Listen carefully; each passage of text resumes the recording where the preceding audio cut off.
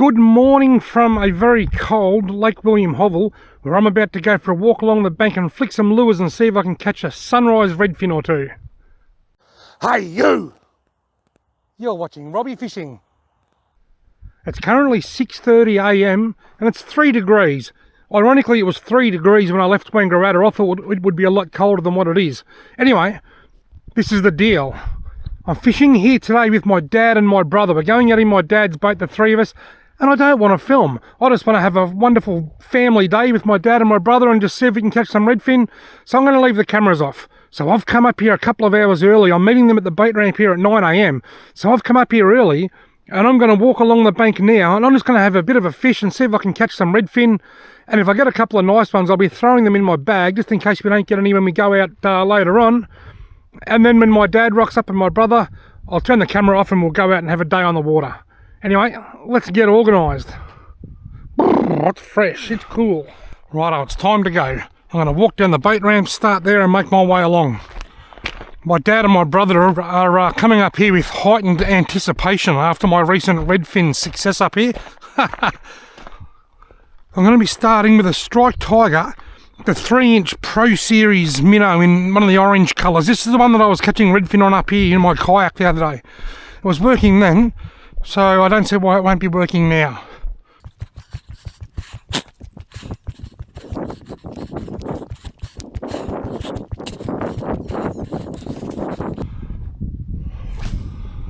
I'll start straight off the boat ramp.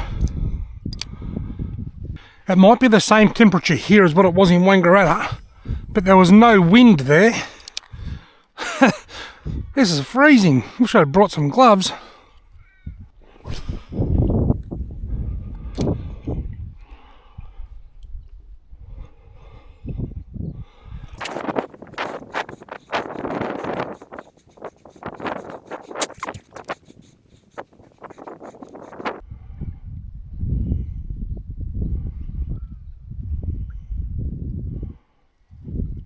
Got him!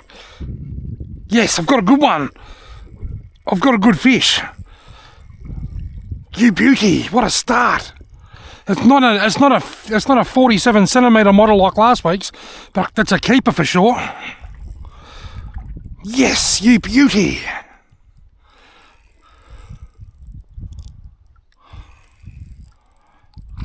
Oh yeah, that'll do. That's probably a 32 or 33 centimetre. You little ripper! I'm on the board. I'm going to get a photo of my first fish of the day. I'm excited.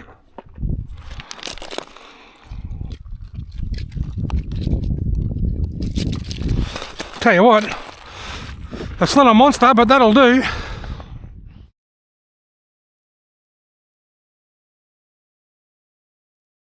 Tell you what, I've said it before and I'll say it again. Gee, I love these plastics. When I put this in the bag now, I'll grab the packet out and I'll see if I can work out exactly which colour it is.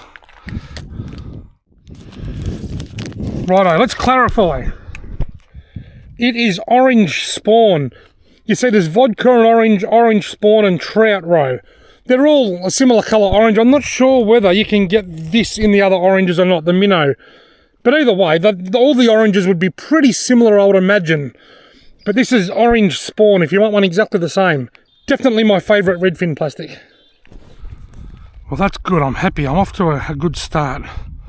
My dad and my brother went to Lake Buffalo a couple of days ago to catch a feed of redfin. My brother lives in Ballarat. He doesn't get up here all that often. So Dad really wanted to get him onto some fish. So they went to Lake Buffalo and they caught 3 tiny little redfin. I said to Dad, were they big enough to keep? And he says, well, I didn't want to keep them. He kept them, but they weren't very big. So hopefully, there's another one. Oh, that had a strike there then.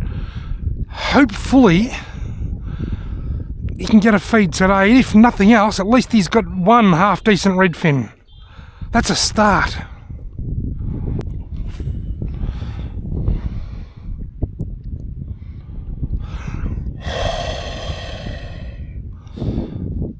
Next time I come up here early in the morning, the very first thing on my list to bring will be gloves. Got him.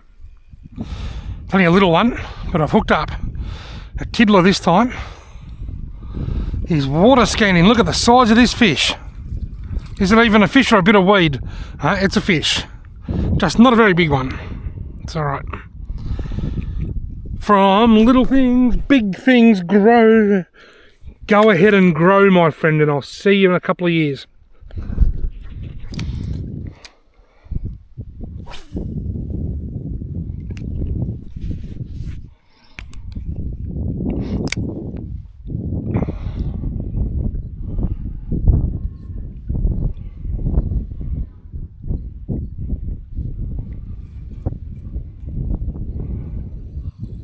Got him. Well, this might be another nice one. I reckon I've got another keeper.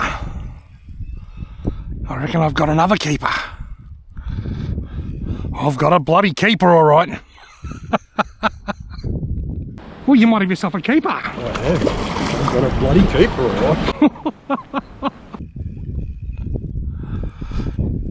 It doesn't feel as big as the last keeper, so now that I'm getting it in a bit, it might not be a keeper. I reckon it is. I reckon it's going to be. I reckon he'll do. He will definitely do. Not as big as the first one that I kept, but I've got a funny feeling he's bigger than any of the 3 that my dad kept at Lake Buffalo the other day. And look at that, the lure just fell out. Oh well, he'll do. Redfin number 3 on the board and number 2 in the bag. Awesome start to the day. My hands stink of dead fish. Normally, my hands stink of fish. They've only been dead for about 5 seconds. Normally, right about now is when I put my hands in the water and wash them, but I'm not game enough at the moment. It's not the actual temperature of the water that concerns me, it's the wind on my wet hands when I pull them out of the water that's going to be a problem.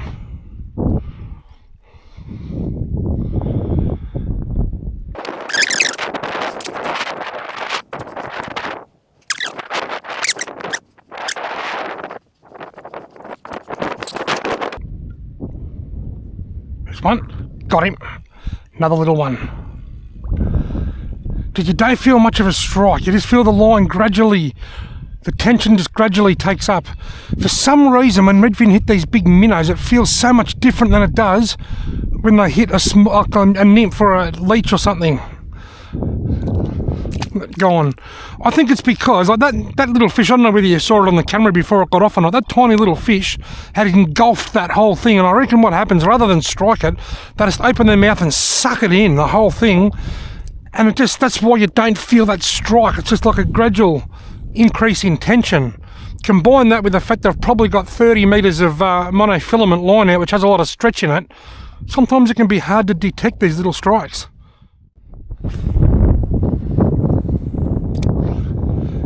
I don't know how deep it is out there. I'm going to guess around 8 to 10 feet, and I can't see the lines, like whether it's hit the bottom or not because of the chop on the water, so I'm casting it out. I'm just letting it take 7 or 8 seconds to sink, and that's enough. If it's not on the bottom, I reckon it's going to be pretty close to it, and that system seems to be working.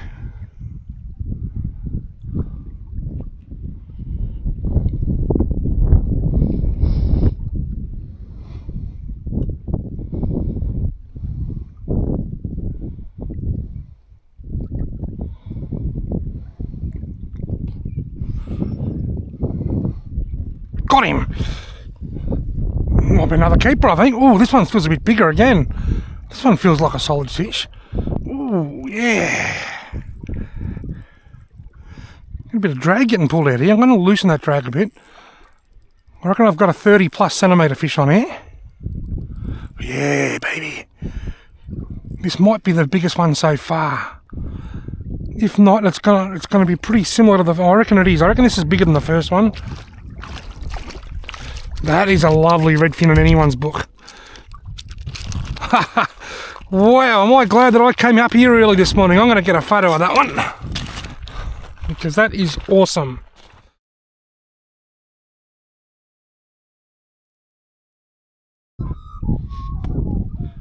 Right, still using the same plastic. It hasn't, it's not mangled yet. It's still going strong.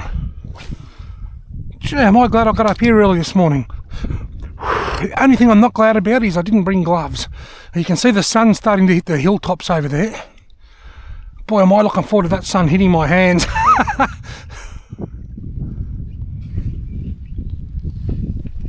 out this magpie, it's so friendly.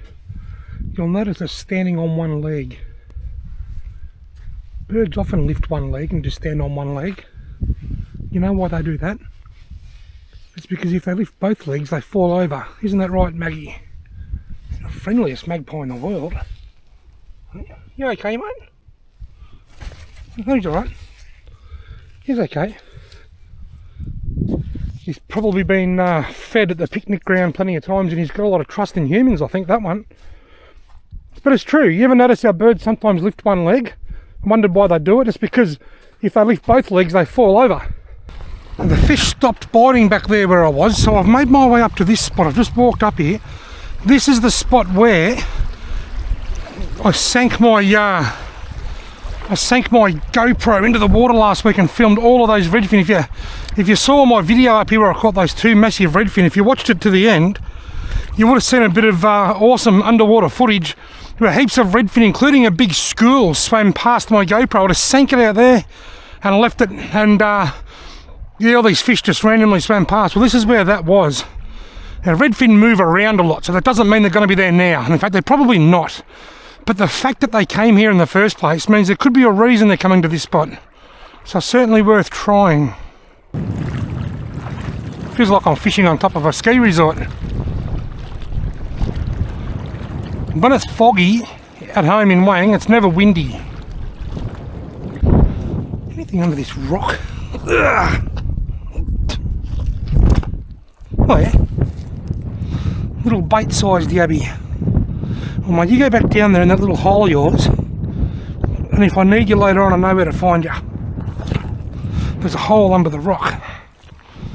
As I walk back to where I'm going to fish for the rest of the morning while I wait for my dad and my brother, it's Beatles o'clock. Here comes the sun, da da da da, at last, da da da da. Travel all over the countryside.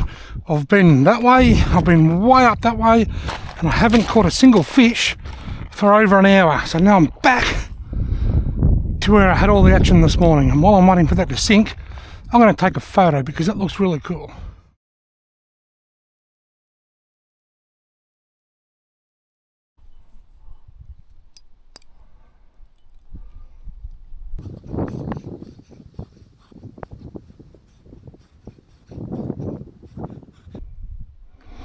Here comes my dad's car. I can see it coming through the trees. Ha!